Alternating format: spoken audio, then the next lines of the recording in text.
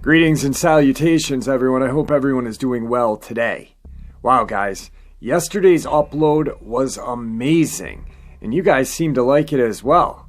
Well, today I've got 2 more encounters to share with you. Before we get into those encounters, though, a couple links I'd like to share. As you know, I rely on my Patreon, my PayPal, and my merch to help this channel to continue to grow and go. All of those links are in the description below. I also have a second channel for creepypastas, fanfiction, and scary voice acting. Stories that do not belong on this channel. Now, if that's anything that you're into, follow that link and give those stories a listen. You may just like what you hear. I also started a GoFundMe page to help raise some money for nerve decompression surgery I'll be having December 3rd. Yes, this Tuesday. I was diagnosed with a terminal illness and as a result have severe neuropathy. I am on a shit ton of medicine and it is affecting my kidneys and liver. So all the doctors got together and this is the best course of action. If that's anything that you're interested in helping with, that link is in the description as well. I'd like to thank everybody who has generously donated. You guys have blown me away. I cannot believe the support. I cannot believe the support from everybody who has sent prayers and well wishes as well. I truly feel blessed. And with that, guys, if you guys hear a loud noise during the upload today, I apologize. We in upstate New York are getting hit with a snowstorm right now. It started at 2:30 and it's now 6 o'clock, so 3.5 hours and we already have 6 inches of snow. So if you guys hear a plow in the background, I apologize. That is out of my control. Now I've taken enough of your time. Let's get on with these terrifying Dogman encounters, shall we? Today's first encounter. It was the winter of 1988 when my mother and I were driving home from the grocery store and saw something we'd never forget. I grew up in a small town in New Hampshire, one of those places where everyone seems to know the business of everyone else. Nonetheless, it possessed a feeling of community that you don't get in larger cities and towns. Unfortunately, these smaller communities can also sometimes have a way of making you feel ostracized if you commit any behavior or present beliefs that are viewed as subpar. I was 14 and I was currently on a holiday break from my first year of high school. My mother was in the driver's seat and I was in the passenger side. I can remember that I was holding a cake on my lap as a means of keeping it stabilized on the winding road so that the icing didn't get all messed up. Everything felt as normal as could be. That's the thing with these types of encounters. It would seem as though the lesser you expect it, the better chances are you have one. But then again, who in their right mind would expect a startling event like that? It was as we turned the corner that the headlights of our vehicle suddenly illuminated this gray-colored animal. I know it sounds stupid, but I remember first thinking it was a polar bear, or at least some sort of albinoed black bear. I suppose that was the only thing my mind could spawn as it raced to come up with a practical explanation. Its back was turned to us as it focused on roadkill that lay before it. But it wasn't long at all until it swiveled its head and stared directly at the oncoming car. I remember suddenly getting so scared as there was something about the shape of its eyes that still haunts me to this day. I don't know if I would go as far to say they were human-like, but there was something about them that led me to believe this thing possessed a much higher level of intelligence than any common animal. Right after my mother slammed on the brakes, she muttered the word devil, and then shortly after that muttered the word devil dog. I only lived with my mother and older sister at the time, but both of my parents were rather religious. And it seemed that they were always attaching a religious connotation to everything. I was never the religious type. I participated as a means to make them happy, but I can't say I would have been as involved in the Catholic Church if it wasn't for those two. And my sister felt the same way as myself. But I can't lie, there's something that felt outright evil regarding how the animal glared at us. I think that if we had been on a straighter road, my mother would have shifted the gear into reverse and backed away from this animal as quickly as possible. But even though the road wasn't at all busy, there was still the chance that we would back straight into an oncoming vehicle. The animal just stared at us, seemingly waiting for us to make a move. I remember feeling whiplash from the car doing a 3-point turn before we began to drive in the opposite direction. As scared as I was, there was no doubt that my mother was even more frightened. Looking back on it, it's not all that surprising that the animal decided to chase the vehicle. Surely it could have sensed that we were frightened, and that must have prompted a predatory response. If it were me driving, I would have tried to get to 100 miles an hour to get away from this thing, but the fact that the winding roads ran alongside cliffs made doing that far too dangerous. This allowed the animal to keep pace with us. I sat there in the passenger seat, hysterically screaming as it ran next to my door on all fours. Perhaps the strangest aspect of the occurrence was how it didn't even need to look at the front of the road in front of it. It focused far more on my mother and I, with its human but demonic-looking eyes. I remember how my mother was sobbing. There was no question that she thought this animal was a byproduct of the devil. As we swerved around the turns and twists of this treacherous road, I could hear her muttering various prayers. She was determined to get away from this animal or demon. The visual of the animal running alongside the car is still difficult for my brain to comprehend, even to this day. There's something about its ears that stand out in my memory. They seemed abnormally large and pointy. The eyes were deep inside the sockets, underneath a prominent brow line. The only reason I could see the eyes had a human-like appearance was because the animal was frequently looking directly at me. It was while it was next to our car that I could appreciate the size of the thing. It was extremely muscular, and you could see the rippling definition in its limbs with every step it took. Suddenly, a car coming from the opposite direction seemed to appear from nowhere, and almost made us run off the road and fall into the gorge below. The sound of its horn was so startling, making me feel as though I just snapped out of a trance. My mother slammed on the brakes, and we skated until we made contact with a large boulder that was right before the cliff. She had stepped on the brakes well before we had got to that point, so there was nothing more than a little scratch on the bumper. Whoever was in the oncoming vehicle didn't care to stop to see if we were okay. Even though we were very relieved not to have driven off the cliff, the reality of what had been following us quickly set back in.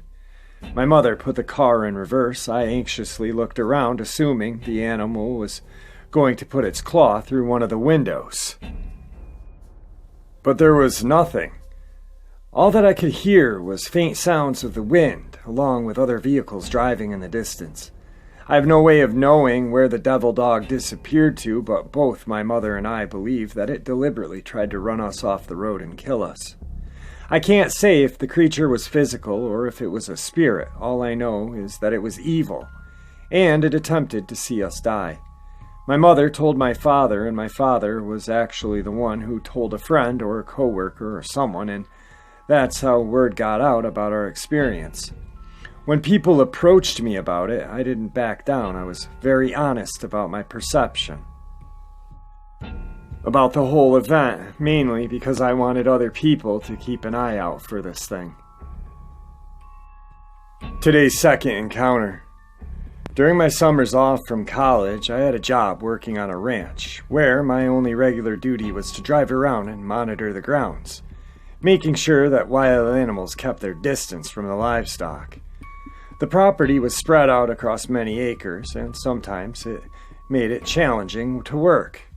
Sometimes there would be another guy with me around my age. His name was James, who would be assigned to a certain section. There was this one afternoon when James and I were eating lunch together, and he told me about a mysterious sighting he had earlier that morning. He claimed that he saw something standing on 2 legs and, at first glimpse, thought it was a brown bear. However, he was aware that brown bears aren't native to the region. Additionally, he said its legs were bent at the knees in a way very much like the hind legs of a dog, although he admitted that his vision of the lower body was impaired due to it standing behind a fence. If it weren't for the fact that he was all the way across from field behind the opposite fence, he would have been much more intimidated. James said it didn't create any noise of any kind during the initial sighting. By the time he reached for his binoculars and raised them to his eyes, the strange animal was no longer there. I wasn't one of those people who would immediately shut down the possibility of strange occurrences, but back then, I had never before heard of a cryptid that people commonly refer to as the Dogman. Therefore, I leaned more towards the idea that there had to be some sort of reasonable explanation. I had sort of forgotten about the whole story until a few weeks later, when I saw something utterly particular running across the field. The speed of whatever this thing was astonishing. Before that moment, I didn't know any living organisms on the face of the earth was capable of moving that fast, especially on 2 legs. I'm not at all certain, but if I had to estimate, I would say this thing was moving about 40 to 45 miles an hour. I couldn't make out what it was carrying, but it looked like it either had prey or perhaps even its offspring. That was as far as that sighting went. The following day, when I met with James at lunchtime, I told him about what I had seen. I have to say that it was nice to know that someone else had seen this thing, otherwise I think I would have had a much harder time coming to terms with it. James and I both agreed that we should tell the owner as soon as possible, and we thought it would be best to do it together. That way it'd sound more credible. When we approached the owner, Marv, we were surprised to hear from him that he had also seen that thing before. However, it had been years since he had a sighting. That was when he revealed to us that this mysterious creature was the primary reason that he started having workers patrol the grounds. He said that there were times when he would find dead livestock that nothing had taken the time to consume. He said that it was as if this thing enjoys the act of killing and will do so even when it's not hungry. I couldn't believe what I was hearing. The way he talked about it was as if we were dealing with nothing more than a pack of aggressive wolves or something. It was like he had totally accepted that there was a real monster in existence. So what's the point of getting all worked up about it? So now this thing's back, Marv equipped us with pistols that he wanted us to shoot into the air if we had ever spot the creature again. I was never a big fan of guns, but I'll admit it made me feel a lot safer having this thing on me while knowing what was in the area. I was so freaked out about the idea of seeing this thing up close that I was beginning to wonder whether I should ask for a raise. The speed at which I saw it move made it crystal clear that this animal was the ultimate predator. I didn't doubt that it could sneak up behind me at any time, and this made me paranoid enough to where I constantly was looking in all directions. I have to say it was pretty exhausting. If it truly did get enjoyment from the act of killing, what was going to stop it from killing one of us? A couple of weeks had passed without either of us spotting the mysterious creature. It wouldn't be until I heard James fire off not 1 but 2 gunshots that I knew the creature had returned. Feeling a responsibility to provide backup, I raced towards the area where I thought I heard the gunshots coming from.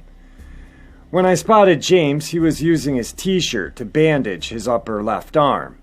When I asked him what happened, he explained to me that he had been crouched over the body of a murdered lamb, and the creature came out of nowhere and took a swipe at him. He immediately fired a shot into the air, but when the creature barely budged, he fired a second shot, this time towards the creature. Although he missed, it was enough to scare the animal. When I took a look at his wounds, I was surprised to see they were a lot thinner than I had expected. He said it was standing several feet away from him and wasn't close enough to dig too deeply into his flesh. However, it was still enough to warrant immediate bandaging. He brought me over to the mutilated lamb.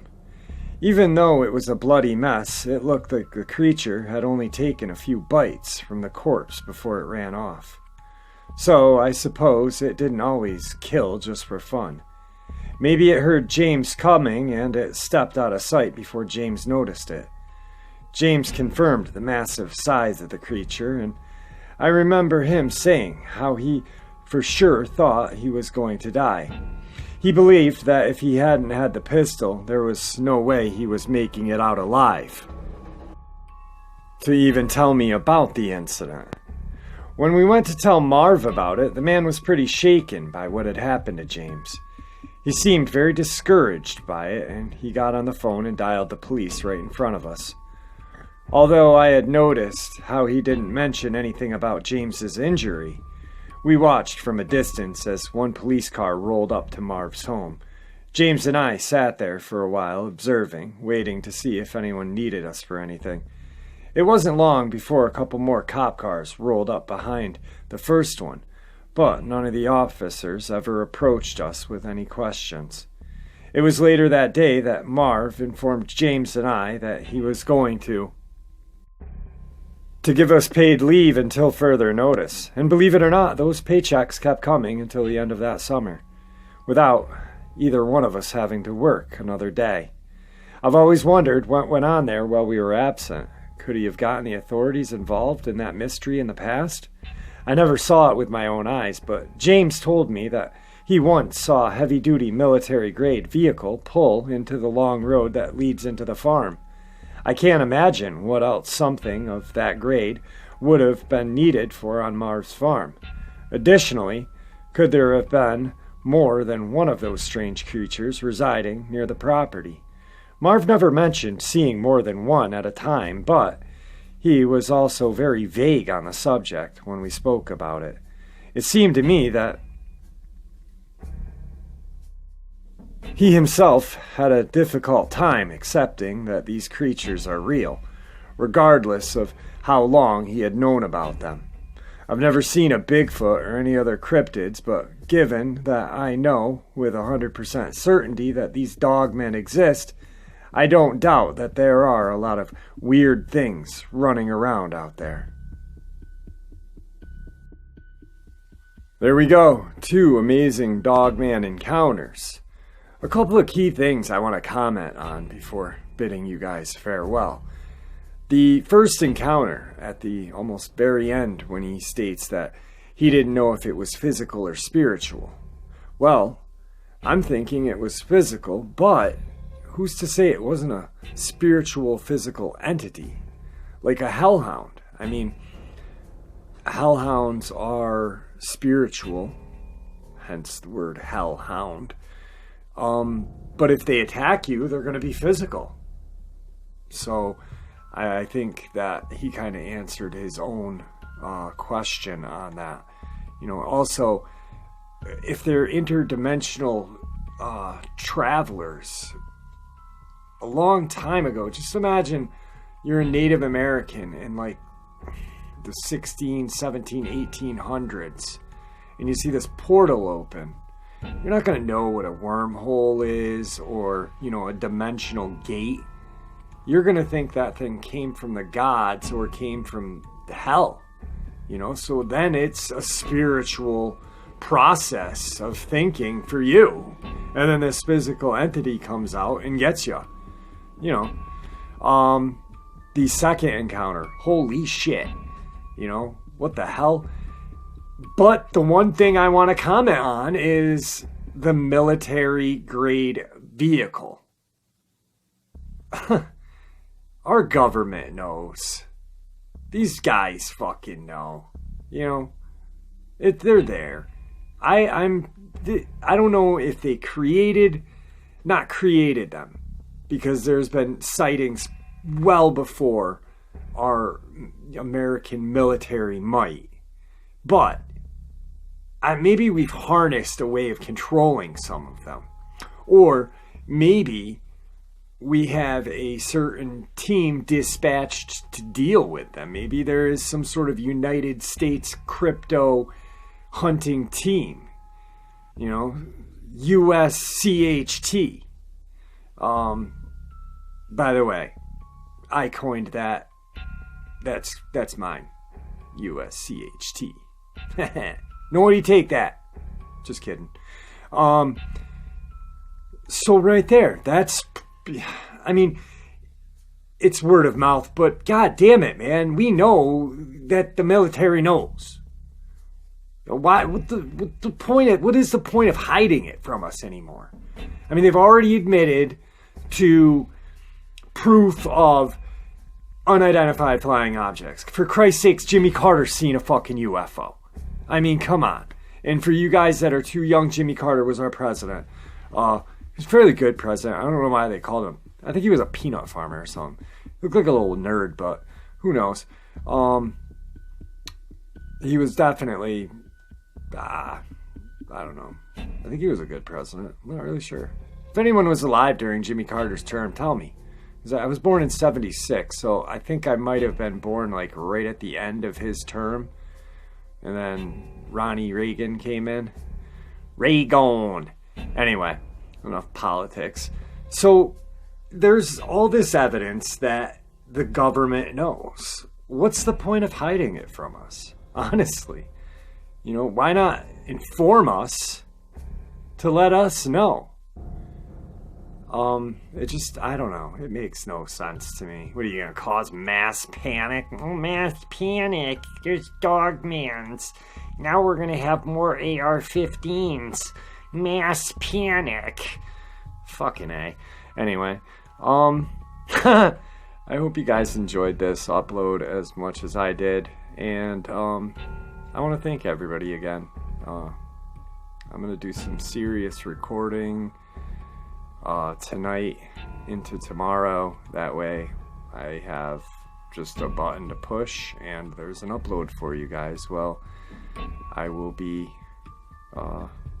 recouping. Wow. Anyway, you guys will hear a video from me tomorrow that will be recorded tomorrow. So then I will bid you guys farewell right before the surgery. Kind of give you a last hurrah. Farewell, guys. There's the plow, you hear it?